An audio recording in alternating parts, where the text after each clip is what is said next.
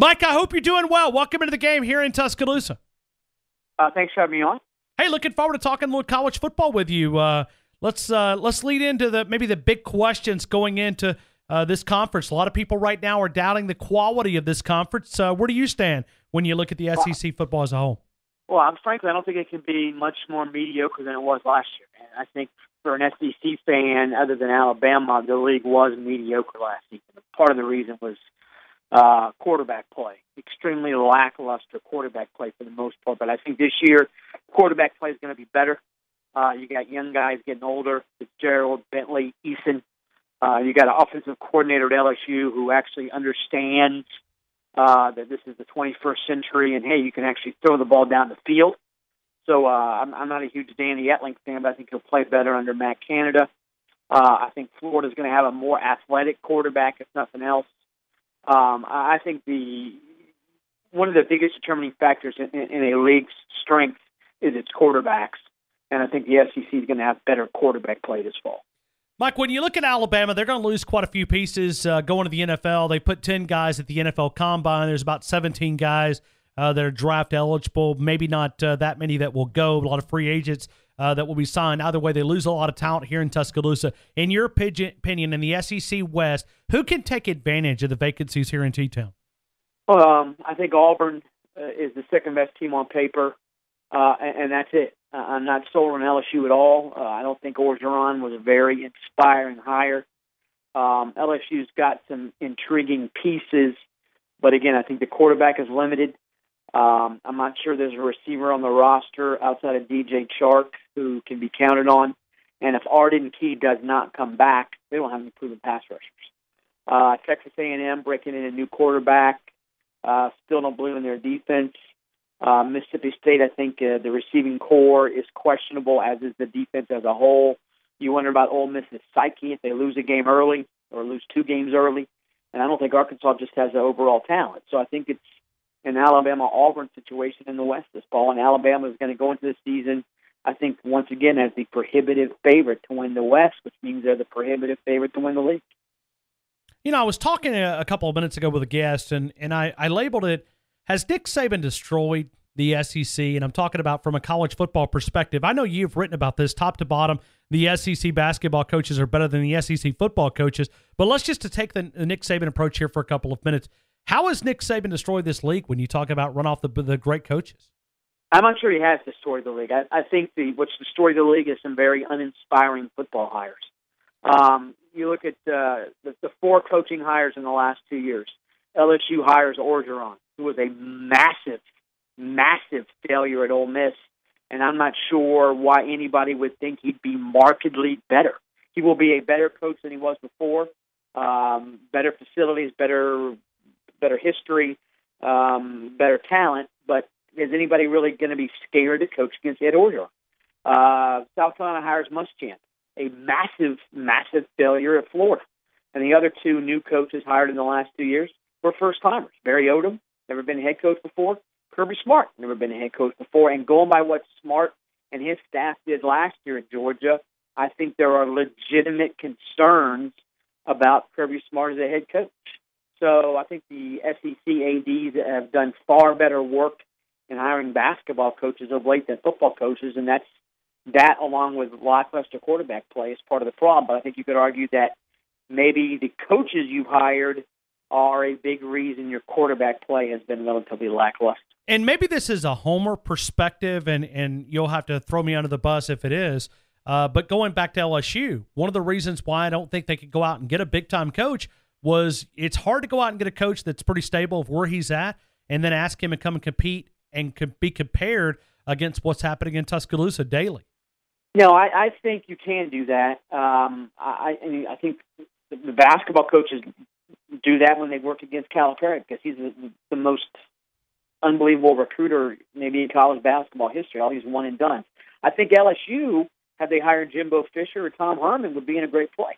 But it's almost as if Joe Oliva said, okay, I struck out on my first 2 guys. I'm not even going to try now. I'm just going to take the guy that's already here, the Louisiana guy, the guy that's the Cajun, the guy that's been around. He understands what's going on.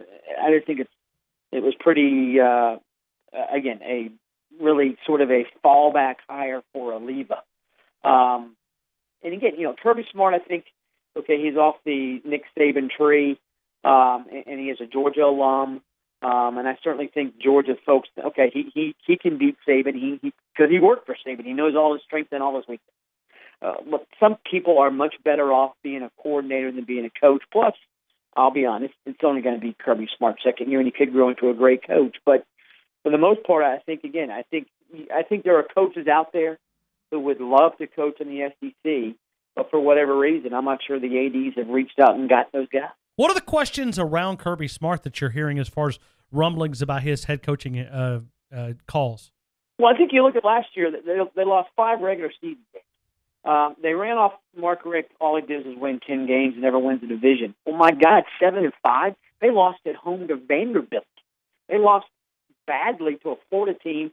Georgia had far more talent last year than Florida did, top to bottom. Now, I know Florida's going to have 7 or 8 guys drafted. Georgia may not have anybody drafted, but top to bottom on your roster, Georgia was better off last year than Florida. Heck, Eason last year as a true freshman was better than any quarterback on Florida's roster, and yet Florida destroyed him for the second year in a row.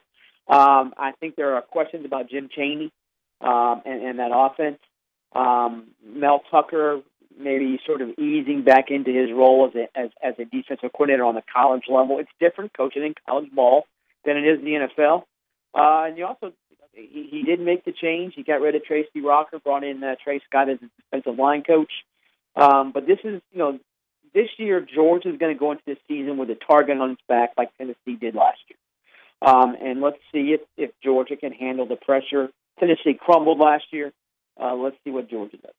Let me go to Butch Jones here for a couple of minutes. What do you see happening there in Knoxville? I mean, you've been covering college football for a number of years. Are you believing that he can get that program back to where the fans want it?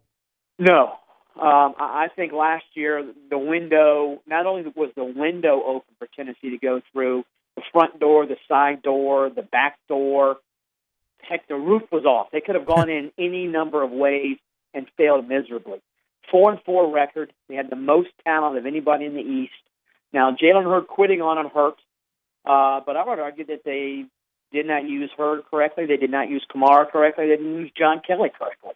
Was Josh Dobbs an elite passer? No. So what?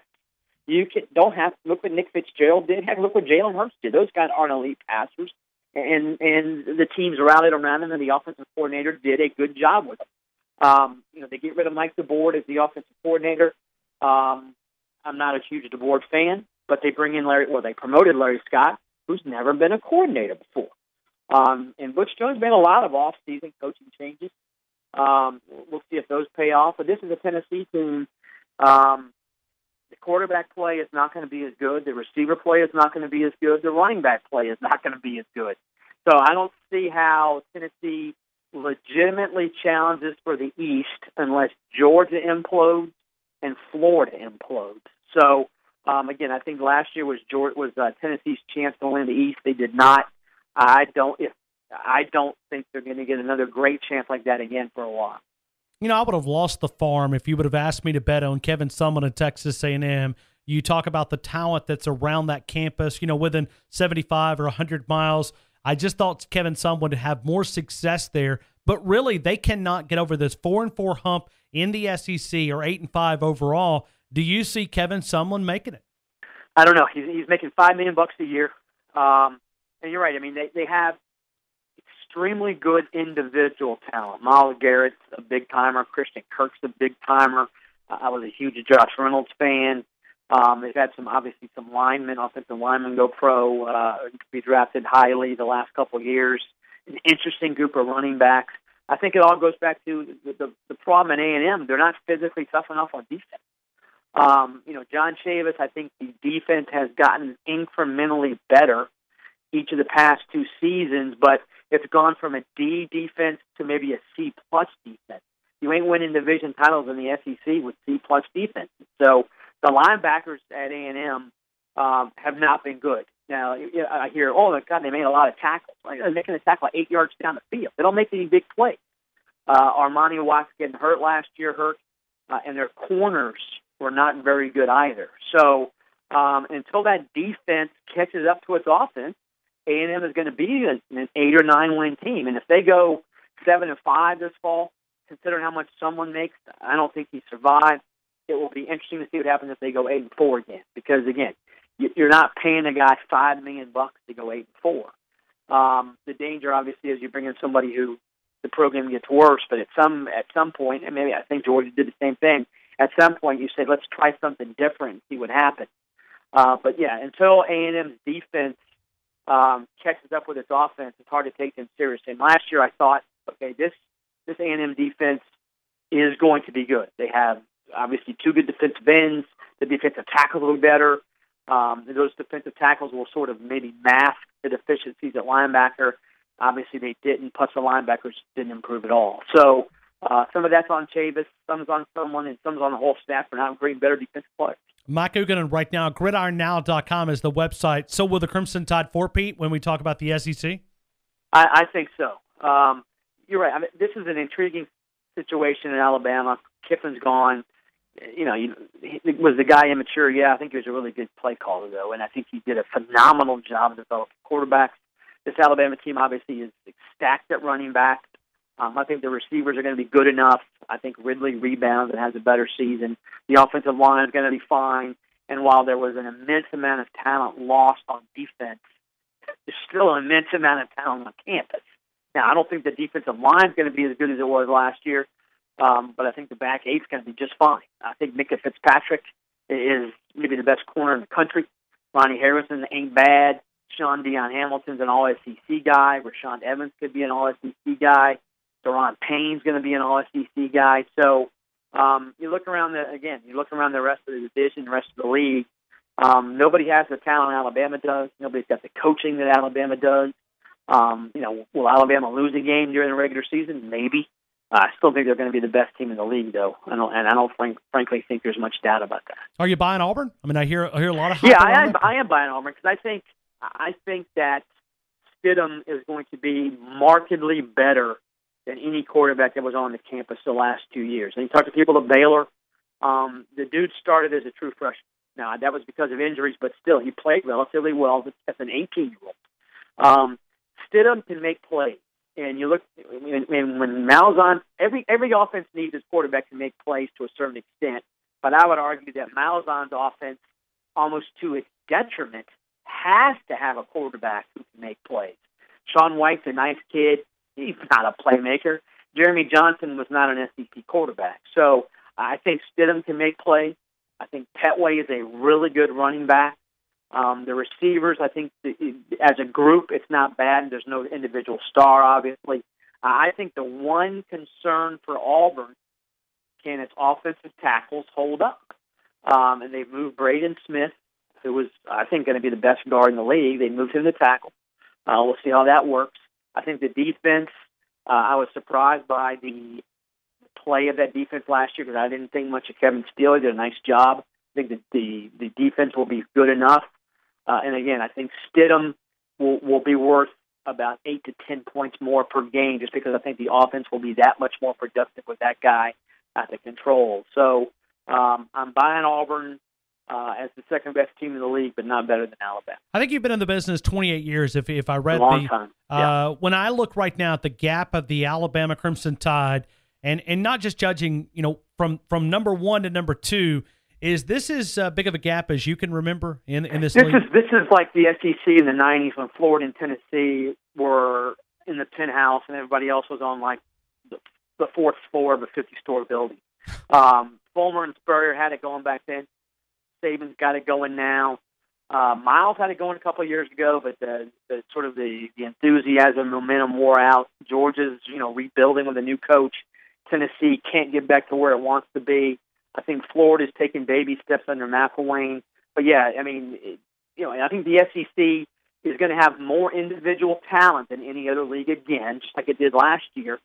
But for the most part, I think, Alabama is 1. Auburn's a distant number 2. And I think there's probably 5 or 6 teams that think they could be the third best team in the league, but those teams are 15, 20 miles behind Alabama right now.